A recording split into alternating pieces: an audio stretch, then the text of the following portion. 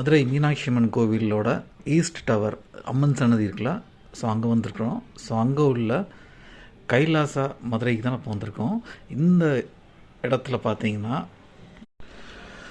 கோவிலுக்கு வர பில்கிரிம்ஸு, அதுக்கப்புறம் ஏழை மக்கள், ஸோ இவங்க சாப்பிட 2 நேரம் உணவு இந்த இடத்துல கொடுக்குறாங்க. தினமும் காலைல 10:30 மணிக்கு பார்த்தீங்கன்னா காலை சிற்றுண்டி ஸ்டார்ட் பண்ணுவாங்க. 10:30 மணிக்கு ஸ்டார்ட் பண்ணாங்கன்னா 2 மணிக்கு lunch.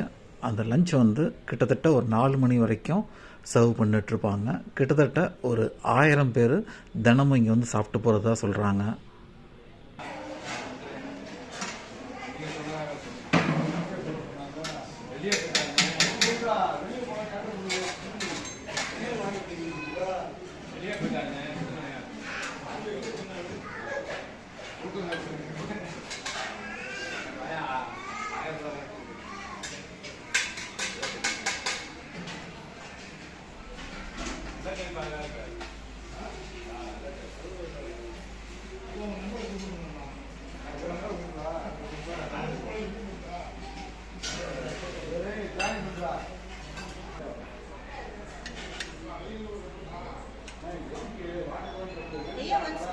Straight spoon, yes, straight spoon. Wait.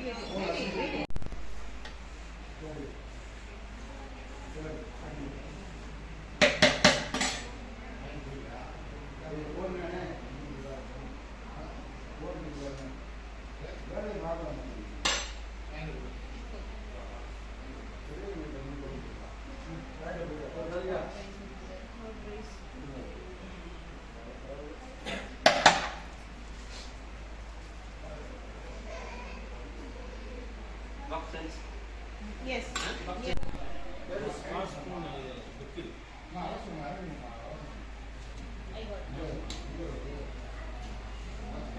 So this whole thing will offer as naivedyam to our gods, Okay. and once that is offered, we mix it with our rest of the food, so the Okay. whole food becomes prasadam.